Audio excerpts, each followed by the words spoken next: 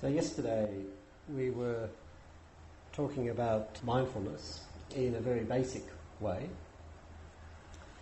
If we get down to the essence of what mindfulness is, it is memory. Literally, that's what it means.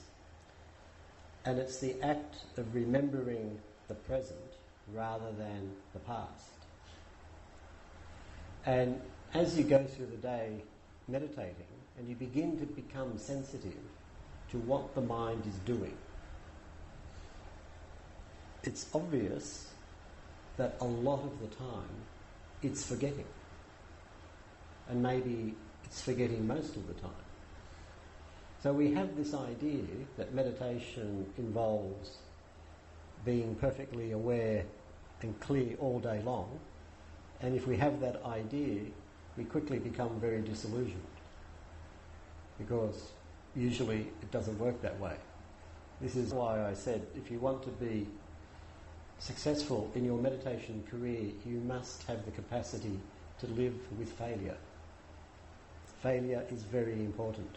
We learn from our failures. So we learn that staying present is very, very difficult. We keep being pulled away, usually by the mind that wants to think about something much more important than what we are doing now. Often the mind will head to the future or to the past because the mind has that capacity. It can create a future, it can create a past. Or the mind might be busy with what's happening in the present, but it's creating a story about the present rather than being completely intimate with the present. So this morning when we were doing the elements, what's the difference between, of course I've got 5 fingers on my left hand, and the actual experience of the fingers? It's a big difference. Even in terms of present experience, we have my story about present experience versus the actual experience when I look at it very closely. When we do this practice, what we're trying to do is to get closer and closer and closer to what is really going on. And one of the major barriers that we have is that we keep forgetting. We forget what we are doing. We forget what is happening. And when we forget, the mind will rush in and create something.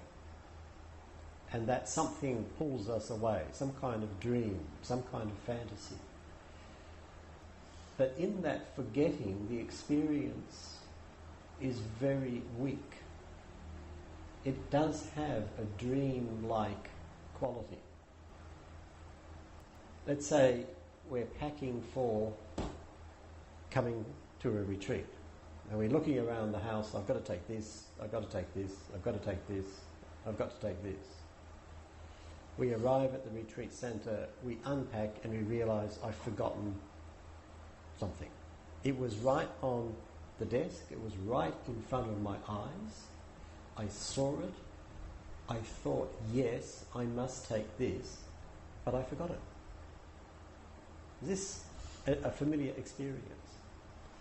Now, in that moment that I was with that object, let's say it's a clock, and I forgot to bring my little clock.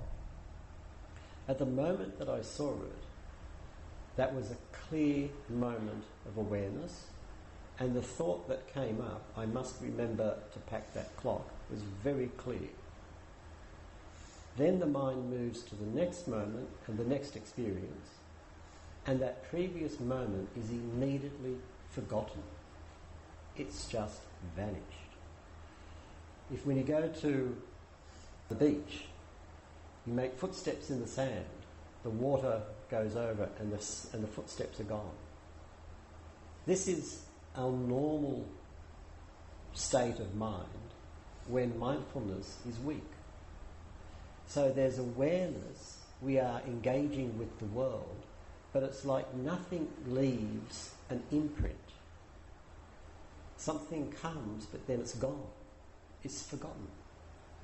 It's vanished. We don't even know what it was. And in this kind of situation, it's very difficult to learn from experience. Because as soon as we experience something, we forget it. So mindfulness is memory. It's training the memory. The memory of the present rather than the past. What mindfulness does is it makes experience more alive, stronger, clearer, and it also gives it a solidity that enables us to learn from it. The practice of mindfulness, the Buddha found to be central, as we discussed. He associated the arising of mindfulness with wisdom. He associated the loss of mindfulness, the forgetting of mindfulness, with delusion. So there's a very clear connection. One of the main areas in the early teachings where the Buddha talks about the practice of mindfulness is in the Satipaṭṭhāna Sutta, which appears twice in the Nikayas. And what I want to do tonight, and we may continue tomorrow night, depending on how we go, is start at the beginning of this sutta and start to go through it and unpack some of the basic principles that the Buddha is talking about. So he begins, "This is how I heard it. Once the Blessed One was living among the Kurus near the market town of Kammasadhamma. The Blessed One addressed the bhikkhus. Bhikkhus, Bhante, they replied. The Blessed One said, this way, the four domains of mindfulness, has a single direction. The purification of beings, the overcoming of sorrow and lamentation, the destruction of pain and grief, the attainment of the right path, and the realization of Nibbana. It begins, this is how I heard it, Evang me suttam. This reminds us that these teachings come from an oral tradition. There's debates whether writing existed at the Buddha's time, but I think it's generally accepted that there was, but it was only used for unimportant things like business, commerce. But for serious matters like Dharma, everything was oral, which meant everything was memorized. And this creates a real difference between the Buddha and his society and ours. So we've been talking about memory and forgetting. Any educated person in the Buddha's time had a trained memory, because that's how they learned. If you went to school, there were no textbooks. You learned by reciting. The teacher would sit up in front and recite something, chant something, sing a passage, and you would sing it back. And you would sing back and forth, and then move on. So if you were educated in a formal way, you developed a phenomenal memory by our standards, incredible memory. Even ordinary, like craftsmen, would have very good memories because, again, they had no books. Whatever they learned was all up here. So people in general had very good memories. In Australia, you still find remnants of that oral culture among some indigenous people, the Aboriginal people. I remember listening to an interview once with a man who was researching massacres. Europeans conducted many massacres of the indigenous people, and often the Europeans kept no record of the massacres because they were ashamed. This man was doing oral history. He was going to Aboriginal elders, asking them about the tribal memory. What do you remember of these events? And he was talking about the difficulties that he was having because they were reluctant to speak to an outsider. He said one day he was talking to one of the elders, and suddenly the elder started telling him the story that he was looking for. And he tells him the whole thing. And the researcher was delighted, but he felt frustrated because He hadn't expected anything that day, and so he had not brought his recorder. So he came back the next day, and he sat down with the elder, and he pulled out the recorder, and he said, "Could you tell me all this again?" And the elder looked at him very suspiciously and said, "But I told you yesterday."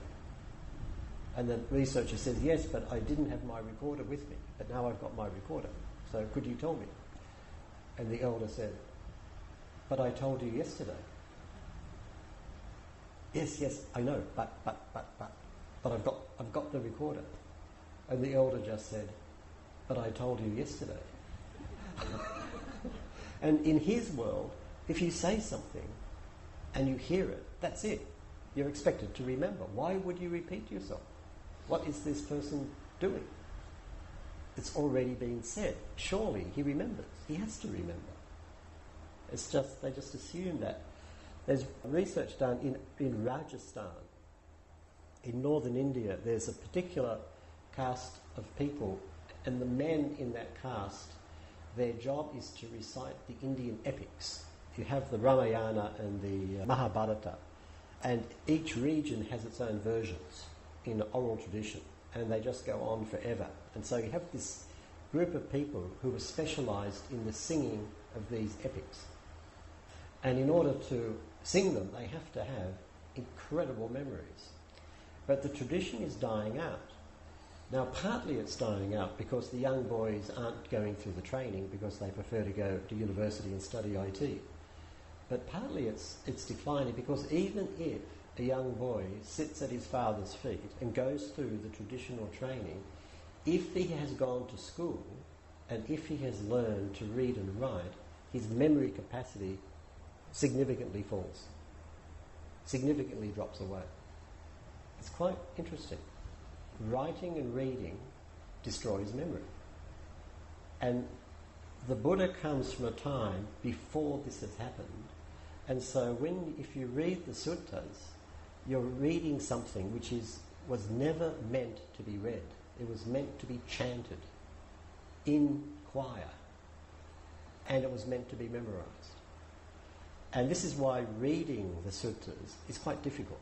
They can be quite boring and, of course, very formulaic, very repetitious. Because they come out of this oral culture, they're meant to be sung. Every discourse begins, "Evang me sutpang," this is how I heard it. Somebody heard this, and now they're speaking it. So it's being transmitted. And the original I here is Venerable Ananda. Once the Blessed One was living among the Kurus near the market town of Kammasadhamma. This is in the northwest Ganges Valley. This is in the area around modern Delhi. Most of the Buddha's teaching took place further southeast. He roamed in the Ganges Valley between, roughly to the east, the border between present-day Bihar and West Bengal, and then moving up the Ganges Valley to this area south of Delhi. And that was the area that he wandered in and the area that he taught in. He addresses the bhikkhus. Now, bhikkhu, of course, means fully ordained monk. The monks and the nuns live according to Vinaya. This is the monastic discipline. And the original teachings are classified into Vinaya and Sutta. The Sutta are the discourses, Vinaya are the rules, and the stories around the rules. A word can have a different meaning depending on whether it's in Vinaya or whether it's in Sutta. So the word bhikkhu in Vinaya means a fully ordained monk. In Sutta meaning, it means any committed practitioner, male or female, ordained or lay. So this is very important because it's easy to get the idea that this is a teaching that isn't meant for us. It's only meant for the monks and the nuns. But this is not true. It never was true. One of the things that comes out of the suttas is there were a lot of lay people who practiced Satipaṭṭhāna and who attained stages of awakening through the practice of Satipaṭṭhāna. There was a flourishing lay practice tradition at the time of the Buddha. And a lot of the time, they're recorded as practicing Satipaṭṭhāna. So this teaching and this discourse is for us. The Buddha then says, this is the one direction way. The four domains of mindfulness, or the four establishments of mindfulness, Cattaro Satipaṭṭhāna, is the one direction way. We'll look at this phrase first, the Ekayano Maggo. Literally, it'll be the one going way, or one going path. This is an unusual term in the discourses. In the medieval commentaries, Buddhaghosa puts a whole little commentary on the meaning of this phrase, and he gives a list of ways of interpreting this phrase, and the last one in the list is the only way. And in the old English translations, this is what you get. You would have the four domains of mindfulness are the only way for boom, boom, boom, giving a very exclusive, dogmatic feel to the teaching. But this is not what is meant. That is clearly incorrect. This expression, Ekayano Maggo, is unusual in the early teachings, but it does appear, and in one discourse it shows its meaning very nicely. There's a section in Mahasihanada Sutta on the 5 destinations and Nibbana. Now the 5 destinations are, well, the first one is hell, and then you move up to the pretas, the spirits, and then you move up to the animal realm, human realm, deva realm, and finally you have Nibbana. And in samsara we wander about through these destinations, and hopefully we get to Nibbana, which is the culmination. And the Buddha illustrates this using 5 images, and this is the first one, where the destination is hell. Suppose there were a charcoal pit deeper than a man's height, full of glowing coals without flame or smoke, and then a man, scorched and exhausted by hot weather, weary, parched and thirsty, came by a path going in one way only, and directed to that same charcoal pit. You have this image of, here's a destination. In this case, it's not a very good one. It's a very bad one. And someone comes along, scorched and exhausted by hot weather, weary, parched and thirsty. So the weather's been a bit warm, and we can get a feel for this image. Of course, northern India, in summer, very hot. The Buddha often uses the image of heat to indicate drivenness. You've all heard the word craving, which is at the centre of our problem. Craving is the translation of tanha, which literally means thirst. So the image here is where in a hot day, the sun is beating down, we're very thirsty.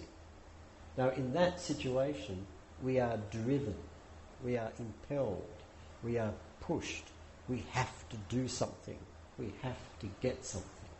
So this is craving, and this is the normal human experience. We are driven, we are pushed, we are pulled, we feel that we have to get something. And this motivates most of what we do in our lives. This is something that the people in the marketing and advertising industries know very well. This is what fuels consumerism.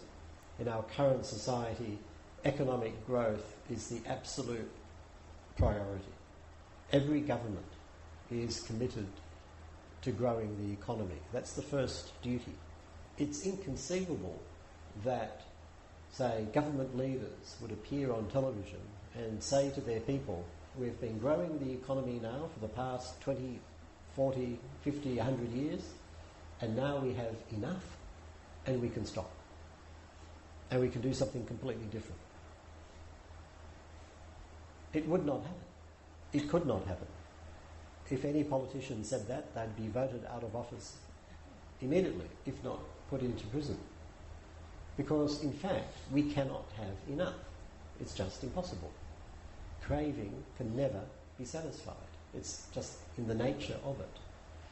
So this drives us, this sense of being driven. And here the Buddha conveys this sense of drivenness by the image of a man who is scorched and exhausted by hot weather, weary, parched and thirsty. So this is someone who's motivated, who's looking for something. And what does he come to? He comes to a path going in one way only. And this is ekkayano maggo, the same expression that the Buddha uses for Satipaṭṭhāna. It's a one-way path, a one-direction path. If I get onto this path, and if I keep going, it is inevitable that I will reach this destination. So this is a path that goes one way. There are no branches. There's no corners anywhere. It doesn't go off anywhere else. It just goes one direction. In this case, the direction is towards hell, and it may be towards the human realm, it may be towards the Deva realm, or it may be towards Nibbana. And in the Satipaṭṭhāna Sutta, the Buddha is saying there is such a path that leads to Nibbana. There's a path that has one direction, it goes straight there. There are no deviations, there's no branches going off, it just goes straight to Nibbana. And this path is Satipaṭṭhāna. And it's the only practice that gets that description. So this is very important. Satipaṭṭhāna is very important because this is the path which, if we follow it, it will take us to Nibbana. It may take a while. It may take a few lifetimes. But we will get there. You can't get much more important than that. This way, this one direction way, are the Cattaro Satipaṭṭhāna. And let's have a look at the meaning of Satipaṭṭhāna. It's a compound word. It's made up of two parts, actually three parts. Sati, which is mindfulness, and the second part of the compound is both Paṭṭhāna and Upaṭhāna. When you bring two words together in Pali and make one word, if the first word ends in a vowel and the second word begins with a vowel, then you can simply drop one of them. So Sati Upaṭhāna becomes Satipaṭṭhāna. If it begins with a consonant, it just stays the same. So Satipaṭṭhāna becomes Satipaṭṭhāna. This is an ambiguity which, of course, we don't get in English, so we miss out. But anybody who would speak Pali would recognise this. So Satipaṭṭhāna, the word, has a double-barrelled meaning. First of all, you have Sati, mindfulness, Paṭṭhāna, Upaṭhāna.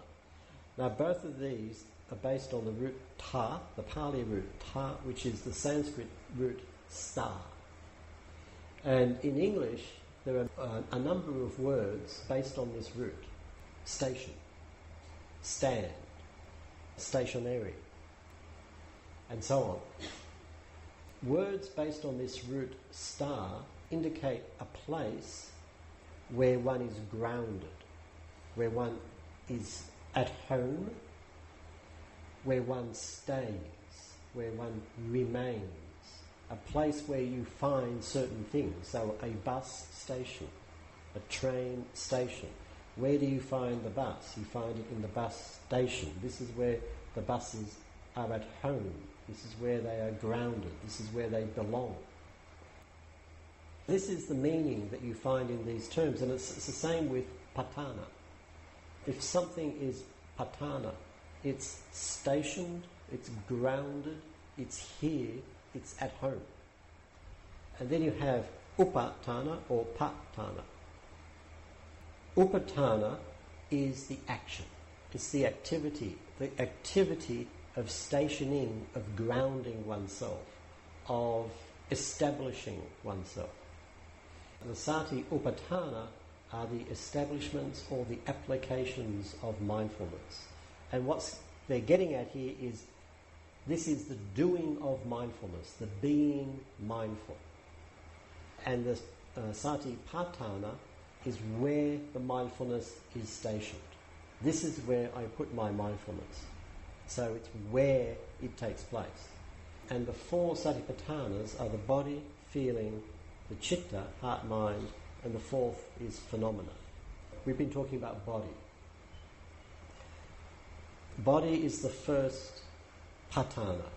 It's the first place where we put our mindfulness. Where do we place our mindfulness? We place it here, in the body. And also, it's the upaṭhāna, the activity of being mindful. What am I mindful of? I'm mindful of the body. I practice this contemplating of the body. So Satipaṭṭhāna has this double meaning. It's what I am mindful of, and it's the activity of being mindful. These days you find it translated often as something like, Bhikkhu Bodhi now translates it as the establishments of mindfulness. This is the activity of being mindful. Alan Wallace translates it as the close applications of mindfulness. Satipaṭṭhāna is the activity of being mindful, and it's in particular being mindful of the body, of feeling, of citta, heart, mind, and phenomena. Now these 4 we'll talk about in more detail, but essentially they mean all human experience. First of all, body. Body in the broad sense. All physical experience. Everything that I see, everything that I hear, everything that I smell, everything that I taste, everything that I touch is body. The contemplation of body includes seeing, hearing, smelling, tasting, touching. All physical experience.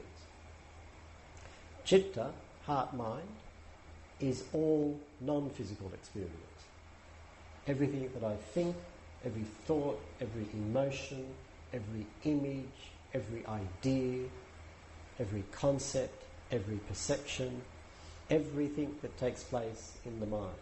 What this is saying is that Satipaṭṭhāna covers every human experience. And again, this is very important. Now, what we're talking about is a form of meditation practice, but a form of meditation practice which is not defined by one particular kind of object. Some people here have done anapanasati. Anapanasati. Sati is mindfulness, anapana, of in and out breathing.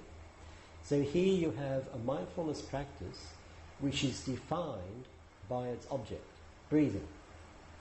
Now if I was doing anapanasati and I was seeing something and focusing on seeing, I would not be doing anapanasati because it's not the breathing. If I was caught up in thought, I would not be doing anapanasati because it is not the breathing. But in the Satipaṭṭhāna, everything is the object. Everything. The Buddha is saying it's not that this is the experience that I have for my meditation and that is something else.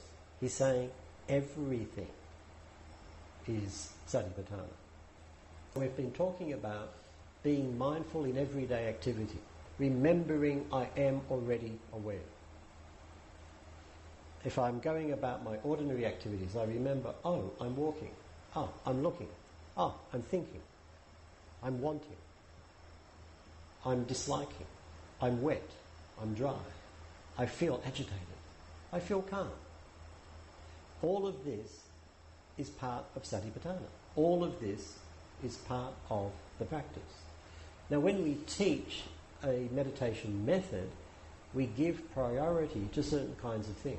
Come into the hall, sit down, follow the breathing. So we think breathing is very important. It's not really all that important. It's convenient.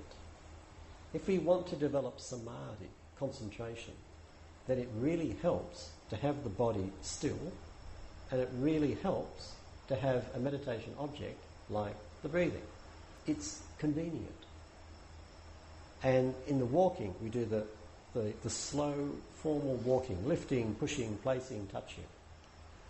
But again, we do that because it's convenient. It's a good way to develop samadhi while walking. We can't sit all day, so we'll do this. But this doesn't mean that Satipaṭṭhāna is only the sitting and the walking. It's not confined to that. Satipaṭṭhāna includes everything. So it's not that I come in here, sit down, meditate, get up, leave, and then the meditation is finished and I can take a break. The meditation continues. It's a very different form. If I'm walking down the stairs going to lunch, I'm not interested in developing a strong samadhi. If I was in the lunch queue and I was interested in developing a strong samadhi, I would drive everybody completely insane. Can you imagine being going to lunch, and you're behind someone who is walking really, really, really slowly down those stairs, and they get the plate and they lift it very, very slowly, and they reach in. It would drive you completely mad. Not to mention the kitchen aunties. Now, you would do that if you wanted to cultivate samadhi. And in some meditation centres, they actually like that. That would be admired. I sometimes practiced and taught in a little meditation centre in Blue Mountains outside of Sydney. And it's just a suburban block that's been turned into a meditation centre. And at the top is the house, and down a little path is the meditation hall. It's not far from the hall to the house. But one retreat, one of the students was so slow in all of her movements that she took an hour to get from the hall to the dining room, and another hour to get back. I don't know how long she spent eating. But the staff were fine. They thought, this is great. And so they just waited for her. And she had very good samadhi. It was great. So the very slow movements are designed to go deeper and deeper and deeper and deeper into samadhi. Very effective. But it's not the only way to practice Satipaṭṭhāna. You can practice Satipaṭṭhāna at normal speed. You can practice it at fast speed. It includes everything. And of course the disadvantage of the very slow, concentrated approach is you can only do it in a special environment. When you go back home, you can't possibly do it. So if we want a form of practice which we can take with us when we leave, we need to learn how to practice at normal speed, doing normal things. And this is an important part of Satipaṭṭhāna. What we do in the hall is very important. The hall is where we develop samadhi, concentration, and that gives us depth. It's like if you go to a swimming pool and you stand at the edge of the pool and dive in under the water. So you go in but this far. If you get on a diving board and dive in, you go that far. If you get on the high board and dive in, you go really, really deep. The samadhi is all about depth. The more samadhi we have, the deeper we go. And over time, we want to go very, very deep. But mindfulness, Satipaṭṭhāna, is practiced at any depth. We practice it when we're down there. We practice it when we're up here. We practice it in the hall when we're doing a long sitting and the mind is very quiet and we're very precise with the awareness. We practice it at home, when we're cooking, when we're cleaning, when we're watching TV. It's actually difficult to practice mindfulness watching TV. Have you tried? It's easier to do it while cooking. But Satipaṭṭhāna is meant to be a complete way of life. It's not restricted to a meditation technique. It's bigger than that. It was always meant to be bigger than that. where you have these 4 Satipaṭṭhānas which cover everything, all aspects of experience. And we'll go through those later in the retreat. Then the Buddha says, what are the 4? Here, a bhikkhu, let's say, we'll translate this as practitioner, because that's what it means. Here, a practitioner surrendering longing and dejection regarding the world, lives contemplating body as body, ardent, clearly understanding and mindful. Surrendering longing and dejection regarding the world, he lives contemplating feeling as feeling, ardent, clearly understanding and mindful. Surrendering longing and dejection for the world, he lives contemplating mind as mind, he lives contemplating phenomena as phenomena, ardent, clearly understanding and mindful.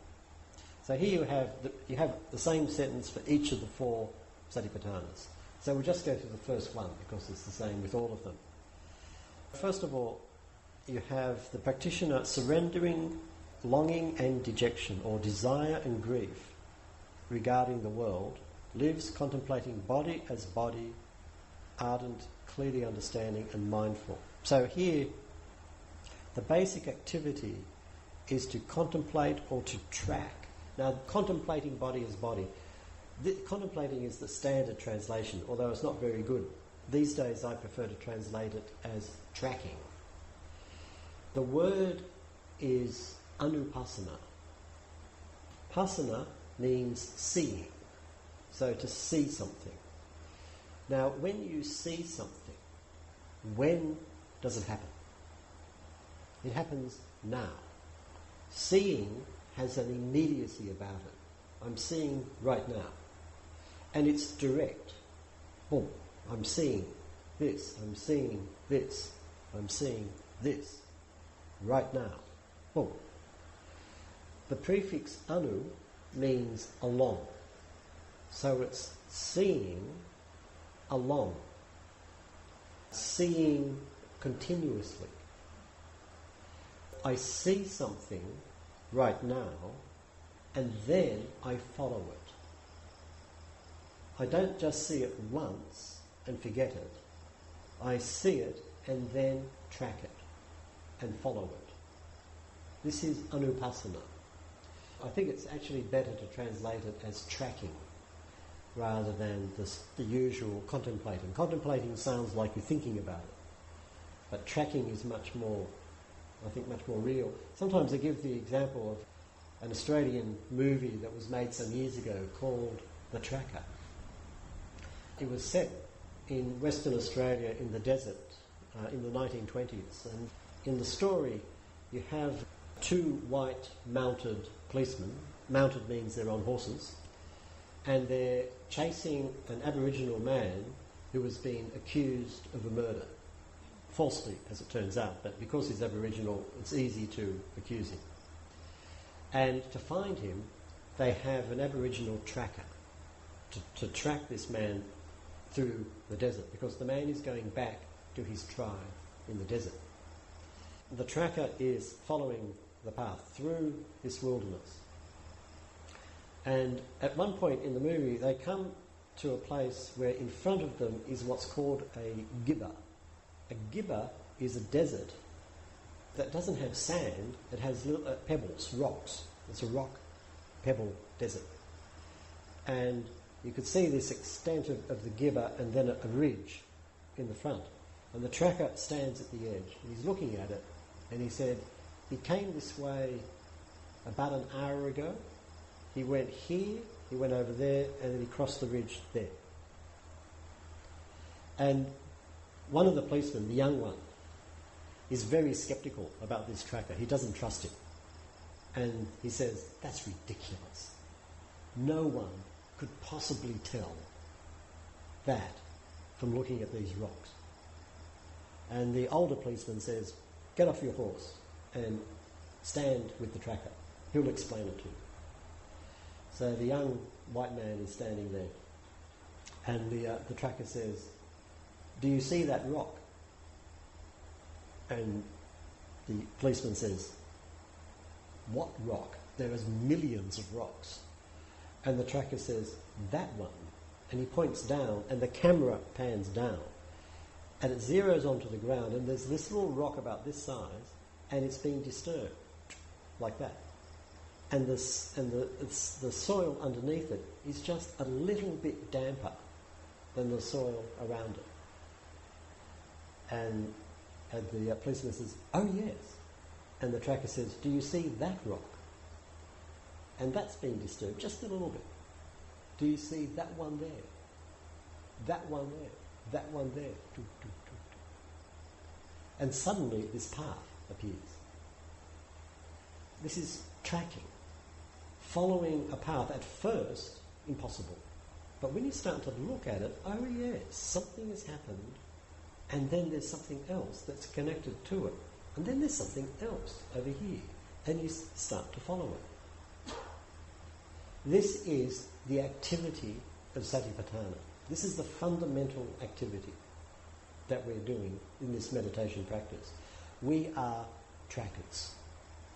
And what we are tracking is our own experience. How our experience unfolds during the day.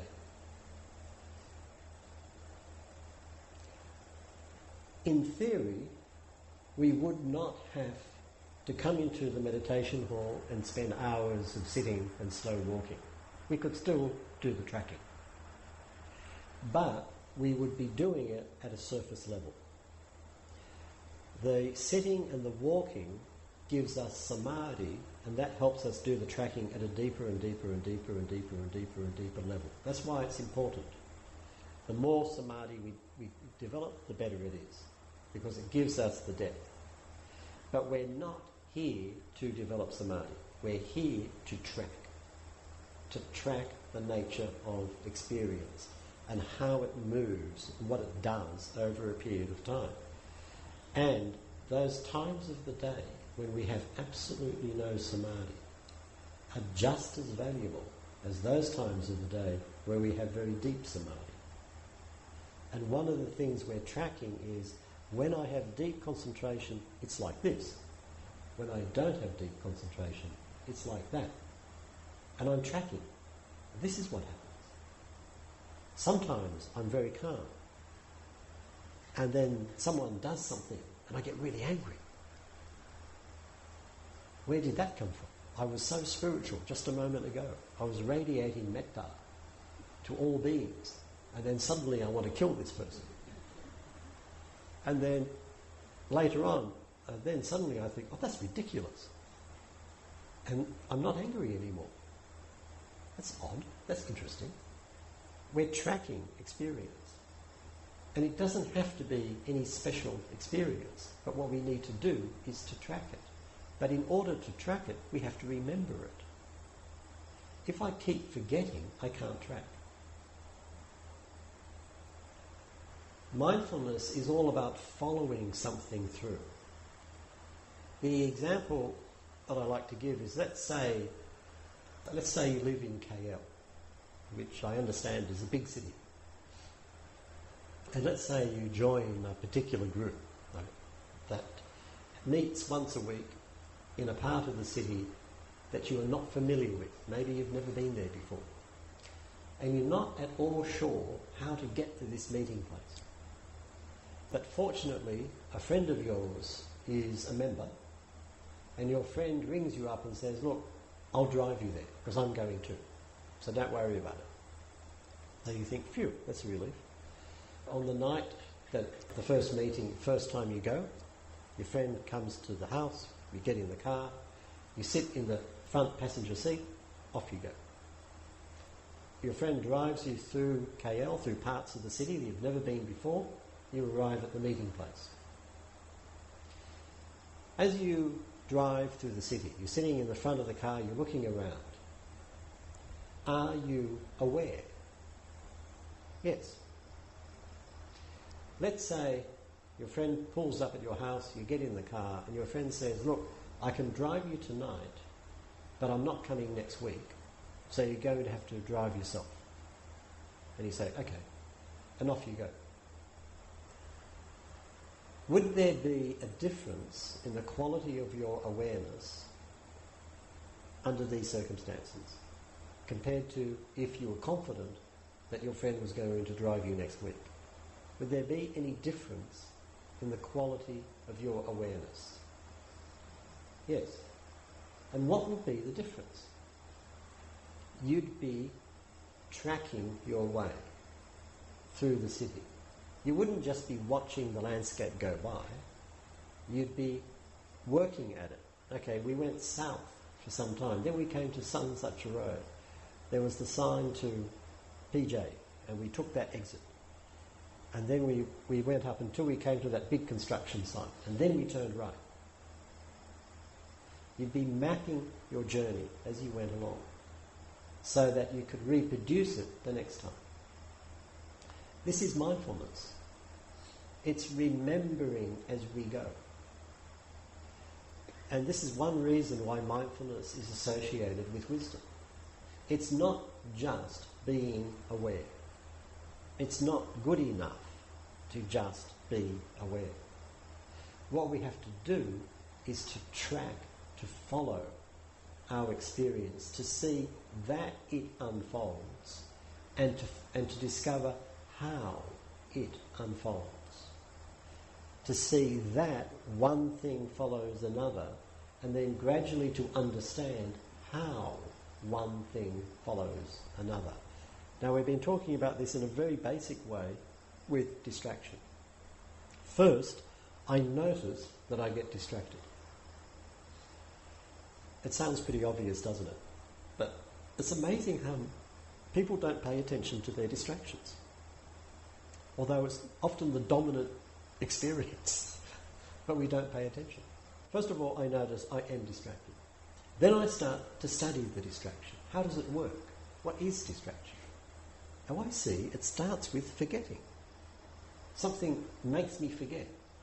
And then later on, I remember. So I start to get interested in how is it that I forget? What makes me forget? What are the sorts of things that cause me to forget? When I remember, where am I when I remember? Where have I come to? And how did I get to here from there? And where am I headed next? So we start to get interested in this. We start to follow our experience.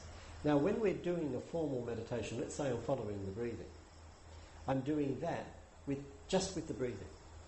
In, out. Whoops, forgot. Come back.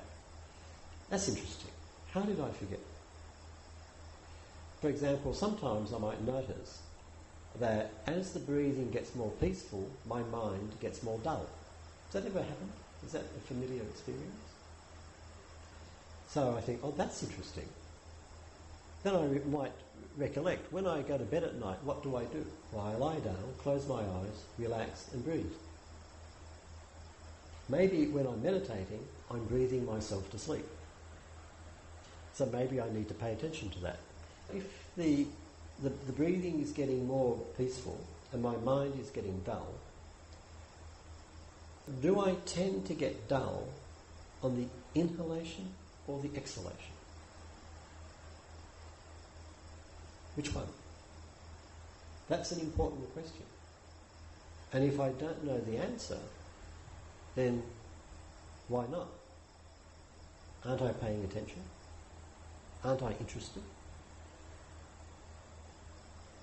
Where is the breath? We're going to do some exercises tomorrow morning on tracking breathing, just to toss in a few ideas about how it can be done. But you can see that the first thing we have to do is not take anything for granted. Often one of the reasons that people have difficulty with breathing meditation is because they think they know how they breathe. So they don't really pay attention. Our breathing is boring. Sometimes if I talk to a meditator in interview, what's your primary object? Oh, the breathing. And what's your experience of the breathing? Oh, it's always the same. As soon as they say that, I know they're not paying attention. It's obvious. The other giveaway is, oh, it's really boring. They're not paying attention. If we pay attention to anything, it becomes interesting. Think of people who collect stamps. Anything can be interesting if there's a quality of attention, if we're really following it. It's really very important that we don't take anything for granted, but learn to be interested. To be interested in the detail of the experience when we're sitting here doing a formal meditation practice, but equally be interested when we're out there, cruising around. I'm walking down the steps to breakfast, and I'm looking out at the view. It's beautiful. 2 steps later, I realise I've completely forgotten the view and I'm caught up in a fantasy. Isn't that interesting? How did that happen? What is attractive about that fantasy? Why is that fantasy more interesting to me than that view? What's going on? So it's learning to be interested, to be curious in how experience unfolds. And it doesn't matter what the experience is. Because Satipaṭṭhāna has this quality of covering everything. Satipaṭṭhāna is not a meditation technique. It's everything. But the basic action of it is to follow, to track. This becomes that, and then it goes there, and then it does this, and then it does this other thing, and that's where it goes. And I'm following along after it. So this is our fundamental practice, and this is the essence of Satipaṭṭhāna. But we'll talk more about it tomorrow night.